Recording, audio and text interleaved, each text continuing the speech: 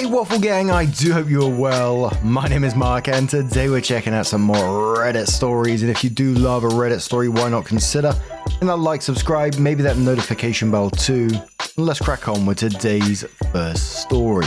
Much love guys. Now today we're targeting videos from the Entitled People area, and the first one that came up from Reasonable Cat 5767 from the Entitled People subreddit. It does have an update to it. It says, my sister seems to think she's entitled to my trust fund and lied to try and get it. There's a bit of backstory to this, and I'm not sure what's relevant, but I'm sure you'll tell me if I blather on too much.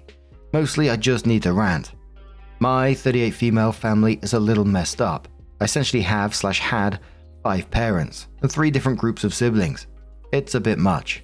As a child, I was living in the US with my adoptive parents, and a lot of shit went down that wasn't great. So I moved back to the UK when I was 9. I had a lot of trauma and the beginnings of a rather serious drug problem, and so my US dad set up a trust fund for me before he died, so that anything mental health related was paid for, and I didn't have to stress about being able to sort myself out as I got older. It's been rather handy over the last 30 years. Paying for a home when I was a teenager, therapy, rehab, basically anything needed to help me not die.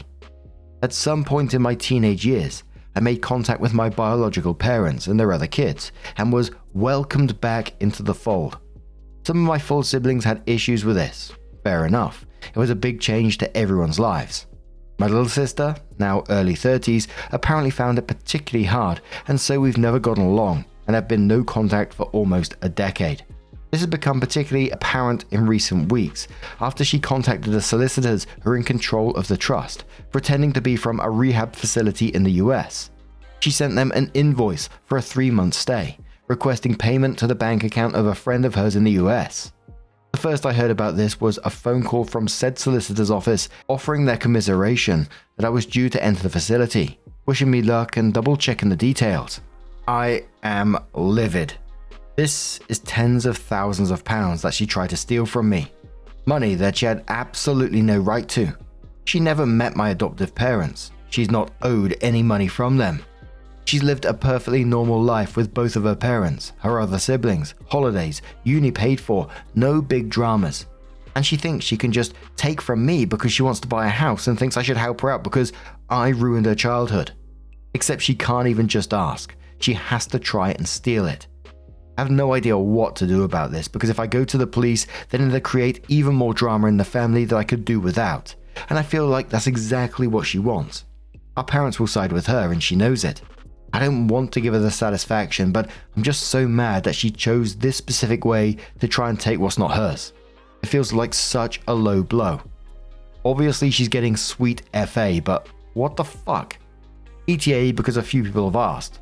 My father had to bail me out of a shitty situation a couple of years ago, which included getting a flight to another country to come and get me.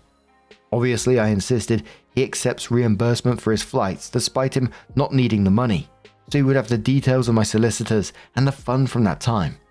My sister often visits my parents, so I suspect she would have seen the information in my dad's office at some point. I've clearly never mentioned the fund to any of my siblings. Now, before I say what I'm going to say, it's always easy for me to say this because, let's face it, I'm sat behind a microphone, behind a screen. I'm not having to deal with OP's feelings of all this going on, which is going to be a hell of a lot, right? OP doesn't want the drama, and I totally get that, but at the same time, I'd have to say that you should seriously consider reporting that. Not for the drama, but simply because if she's got the audacity to try what she's trying, she will simply try again if there's no consequences. And let's face it, she's already created the drama. She just did it behind your back while probably knowing that, you'll be too concerned about the family fallout to do anything about it. So there's manipulation on top of her fraud at the same time. And anyone who's defending her because of that says more about them in the end, doesn't it, really? But a commenter says to OP, you really should go to the police. If she had the audacity to do this, there is no stopping her from escalating even more. If your parents side with her, there is also useful information you cannot trust them, and should be very careful around them. If not, just cut them off. Do not let these people treat you like this. Family or not, you deserve respect. Lala says wire/bank fraud is a felony. Let your solicitor be the bad guy and go after her. Meanwhile, do whatever is necessary to lock down your personal information, freeze your credit info, change all of your passwords, add an extra level of protection to your trust. Commenter says calling the police is definitely the appropriate thing to do. Does she know you caught on to her attempt at stealing your money? Have you confronted her? If not yet, in passing mentions someone was trying to commit fraud against your trust and your solicitor's caught it, and there's going to be an investigation into who was trying to commit this crime, and when they do find out, the person is going to be in a boatload of trouble. See how she reacts and your family to gauge how they feel, not knowing yet it is her. Opie replied saying she doesn't know yet. I asked solicitors for some time whilst I tried to get my head around things before they/we did anything. I've not had contact with her in years. I wouldn't even know how to get a hold of her without going through my parents. I might speak to them though and mention that someone's tried to defraud me, then poke around asking a few questions a few days later and see what her reaction was. I have no doubt they'd tell her about it. Could be interesting. Awkward says to OP, you request that the trust contact the police and lodge a complaint for charges to be filed for attempted fraud. Fuck her. If your parents say anything, you can just say that the trustee had made the complaint. Not you, but you see what you can find out. Then after that, don't do anything. I'm sorry for your trauma. I'm sorry your sister is an awful bitch. As a side note, I had a friend whose sister stole her identity and attempted fraud. She was jailed. She was only jailed because there were multiple previous criminal convictions with zero consequences. She did time, and now I see her and her sister on Facebook living their best lives, overseas, or just visiting some fancy resort or partying. Whenever I see pictures of her, I get so angry because I highly suspect she stole a diamond ring from me. I spoke with this woman's former mother-in-law, who was a client of mine, and she told me that this woman likely did steal from me, as every single time she was over at any relative's house, something went missing, usually jewelry. Don't let your awful sister get away with what she's done.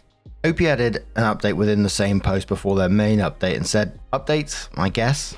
So this got pretty overwhelming pretty quickly. I'm balancing getting things done and tied up with not losing my mind, which is always fun. Solicitors are reporting everything for me, as they are indeed required to do. Turns out I've misunderstood and thought I had to get involved, but no, it's all on them. And I'm going to just let what happens, happen. I'll be setting up a meeting at some point to go through all of the transactions made over the last 20 years or so, just to make sure nothing else nefarious has gone on. Thanks everyone for the reassurances on not doing something wrong by wanting this sorted, but I'd appreciate a little less speculation on my life and the role my parents play in it if you could manage that. So OP does come in with another update and says, I don't like to leave a story unfinished, so even if no one is interested, I'm just going to leave this here. A final update about my sister feeling like she's entitled to my money and attempting to steal it from me. Previous post here, and shares the link. And says so after months of pretty much just waiting, it turns out absolutely nothing is going to happen. No charges, no consequences, no official acknowledgement beyond a few "we understand your frustration" emails. The friend whose bank account my sister tried to funnel the money into has been fully cleared. It would seem that they had no idea what was going on.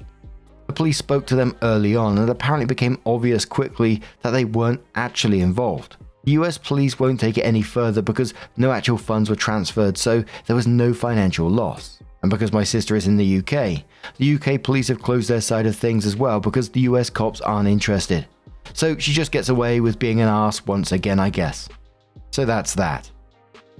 9 months of paperwork and stressful meetings with solicitors and one minor, mental breakdown, only to be told is essentially gone nowhere, which is pretty anger-inducing, but also kind of expected. Somehow that woman gets away with bloody everything. We haven't spoken, and we won't. I'm not sure what my parents' involvement with her is these days, but I know they won't be expecting us to be in the same room as one another again. So I guess that's some level of support? No contact prevails. Woo! And there was just a lot of frustration for Opie in the comments that she seemed to get away with it. But some people were saying, the small win was that she was entirely unsuccessful getting the money and at least she's no contact and having nothing to do with her, etc., etc. But what do you guys make of this situation? Let us know your thoughts down in the comments below. And let's move on to another story. This story comes from OK Combination 475 and it says, Ex so entitled, she thinks I should be paying bills for her and the guy she cheated with. Found out my girlfriend of 11 years was cheating on me with an unemployed dude of all people. I'm not rich, but I provided her a good lifestyle. Paid most of her bills, provided a nice place, nails and hair done regularly, dates every weekend, couple vacations a year.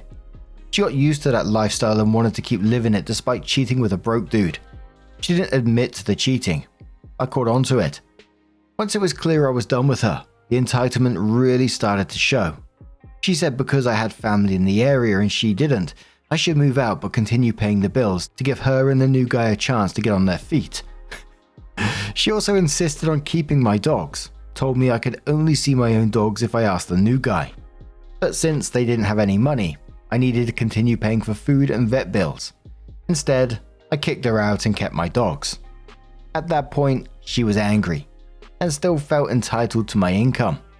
After I kicked her out of my place, she claimed she was forced to quit her job because I forced her to relocate, and then she tried to sue me for lost wages, which didn't work out in her favor. You'd think she'd stop at this point, but she didn't. She contacted my work and threatened to sue them, stating, "Your employees' actions cost me everything," and tried to insist they settle outside of court with her for $100,000. She didn't make that much money. Instead, my work filed for harassment charges against her. You'd think she'd stop at that point, but she didn't. She started messaging every family member of mine that she could find, told them I cost her everything out of spite just because she moved on with someone else, and that the least they could do is send her money to help her get a place and pay rent. When that didn't work, she went online and begged for people to send money to her Cash App to help her with a place to live, and claimed it was a domestic violence situation. I don't understand how she doesn't understand that any financial support I gave her would end if she cheated on me. We weren't married. We don't have kids. I've supported her for years. I owe her nothing. I really don't owe it to her to help her and a new relationship get on their feet and establish themselves, which seems to come as a shock to her. Lonster says, keep records and recordings of everything. I wouldn't be surprised if she started trying to get the law involved by making abuse allegations. Opie says, you are correct, she did try it. Posted pictures of herself in the hospital and claimed I attacked her. Luckily I have Ring cameras that showed me at home all day the day she claimed I attacked her. She didn't even call law enforcement, just posted it for sympathy and included the hospital pics in her messages to my family when she was asking them for money. Man, it was kind of like, not harmless, but it was kind of low-key, like where she was asking for money because to get her and the new guy on the feet. You're just thinking, you bloody cheeky so-and-so, until it comes to like the domestic violence claims. You think, gee whiz, that can cause all sorts of shit for you. So I hope OP did shut that down really quickly, because we've seen it in these stories, seen it in real life. People throwing around claims like that can really mess with your life. But what do you guys make of this one? Let us know your thoughts down in the comments below. Let's move on to another story from UK 840, and it says, double wedding disaster. Friends ruined their wedding, but not ours. I, 38 male, have been married to Mike, 35 male, for 3 years, together for 12 years. We are very quiet, nerdy, nature-loving guys, not into flashy displays or drama at all. It was the tail end of the pandemic, and since the borders were partially open, we decided to road trip to Gibraltar and elope. The pandemic was a great excuse not to invite anyone to our wedding and just do what we wanted. When we told our lesbian friends, Di, 45 female, and Anne, 60 female, what we were doing, they decided on the spot we were going to have a double wedding and immediately started taking over, suggesting a bunch of trashy, expensive things we didn't want. This is the story of how they attempted to ruin our wedding and only ruin theirs. 1. We initially decided that we'd get a rental car together and split it 4 ways, with Mike and Di splitting the driving. A month before the wedding, Di and Anne decided it'd be cheaper to take the train. Well, 6 trains actually, across 3 countries. I immediately said no, and it turned out Di didn't even have a driver's license and had been driving illegally for years. Mike offered to do all the driving if they split the rental car with us. They declined because it was too expensive and took the train instead. Obviously, it went terribly for them. Trains were cancelled, tickets were lost, and they missed out on an entire night in Gibraltar because they were stuck at a random train station in the Spanish countryside. Mike and I had a wonderful road trip and spent a magical night in an Airbnb in Cartagena on the way. Their train tickets cost more than half of the rental car. 2. We initially agreed to get a really fancy Airbnb in Gibraltar with a hot tub and all that stuff. Split 4 ways we could get something really nice. Well, Anne decided she wanted a real hotel and pulled out of the Airbnb plan. I found a gorgeous little 1-bedroom place for us with a hot tub and a view of the sea. Di and Anne forgot to book a real hotel and ended up in a freaking awful place by the port, like a place for merchant sailors to crash while they're in port. It was on a busy roundabout opposite Burger King. There was no bath, no balcony, and it was basic as fuck. It was more expensive than our lovely place. They got no sleep because the drunk sailors and traffic noise. They didn't even get any towels provided. 3. The night before the wedding, we met for dinner. They'd barely been in Gibraltar for 2 hours, whereas we'd been relaxing since the day before. At dinner, things were tense, but Di was really trying. At some point, she signaled to the restaurant host, and the lady came over with a super fancy VIP bucket of champagne on ice. She popped the cork and gave it to Di, who handed it to Anne saying, "Just like the one I gave you in New York, baby." It was clearly supposed to be a romantic moment. Anne refused the cork, and we all smiled nervously to try and smooth things over. The host poured 2 glasses of the champagne and gave the glasses to Di and Anne. Anne took a sip and immediately spat it out, announcing loudly, "It's corked!" We all tried the champagne and told her it was delicious. Mike and I don't really drink, but we know what champagne tastes like. Anne insisted the champagne was corked and loudly announced that they wouldn't be paying for it. The host was pissed, and I understood why when she told us it was £750 a bottle. She threatened to call the police, so Di sheepishly paid for it. Anne sulked the rest of the night. I was so embarrassed, and our whole evening was spoiled. When we got back to our Airbnb to take a bubble bath and eat Jaffa cakes, I told Mike there was no way I was going to allow them to ruin another minute of our trip, but if they wanted to ruin theirs, that wasn't my problem. 4. The actual weddings went off okay, apart from the fact that they were still drunk from the night before. The registry office was nice, and I married the man in my dreams. Afterwards, we bought them brunch to soak up the booze and faithfully walked them around the park, taking lovely photos of them. Di had her finger over the lens of every picture she took of us. When we were done, they suggested we all go to the pub and get wasted. As if. We dropped them off at the pub and went our separate ways. I was honest and just told them, I want to be alone with my husband. They couldn't really argue with that. 5. The wedding dinner. Mike, Di and I all had fairly casual preferences for a restaurant for the wedding dinner, but Anne insisted on a fine dining fish restaurant that didn't even serve dessert. I outright refused. I don't eat fish at all, and Anne was insisting on the fish restaurant, so we decided not to meet up. Anne also tried to convince us to chip in £200 for a custom wedding cake to get delivered to the restaurant, but we said hell no. Mike and I went to the best steakhouse in Gibraltar. I had a 1.2 kilo steak and an amazing cheesecake for dessert. We had a lovely time and the waitstaff went out of their way to spoil us. Around 8 PM they messaged us, "Where are you?" And we ignored the message. As it turned out, Anne forgot to make reservations and the fish restaurant was fully booked, but they couldn't leave and go somewhere else because they had to wait for the cake to be delivered. They ended up taking the cake back to their shitty hotel and eating it with their credit cards because they didn't even have cutlery and plates in their room. They got hammered that night on supermarket vodka. Mike and I had the perfect evening. We got a taxi home, smoked weed on our balcony, watched the stars and kissed for hours. 6. The next day, Mike and I set for our day of hiking in the UNESCO World Heritage Site National Park. It was the best day ever. Mike got robbed and bitten by a monkey, which was fucking hilarious. We ate a full English breakfast in the Sky restaurant and explored St. Michael's Cave. Unforgettable memories were made. Di and Anne fought, decided it was Gibraltar's fault, and spontaneously decided to leave.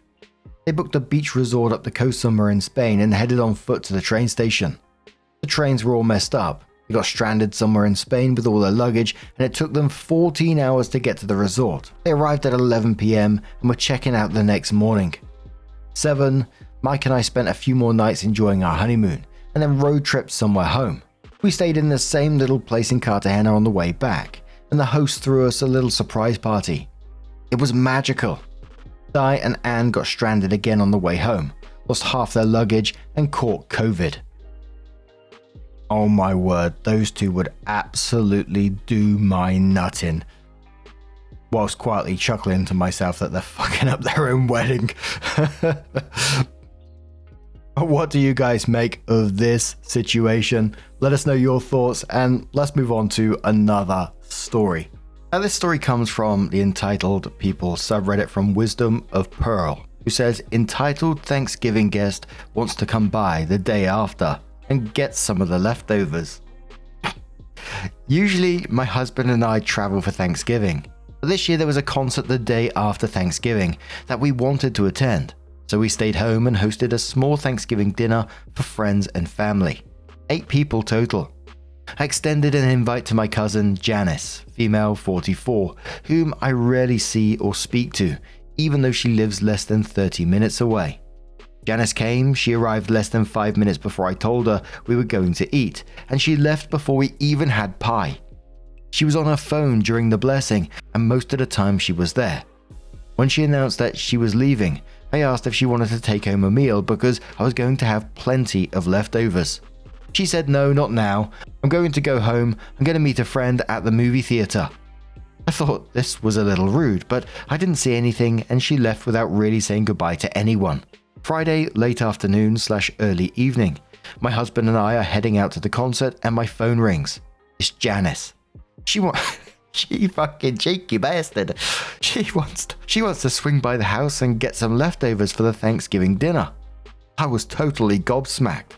I told her no, we were already heading to the concert and we were not home. She literally asked if we would come back so she could get some leftovers. She was miffed when I said no. We're not turning around now just so she could get some leftovers.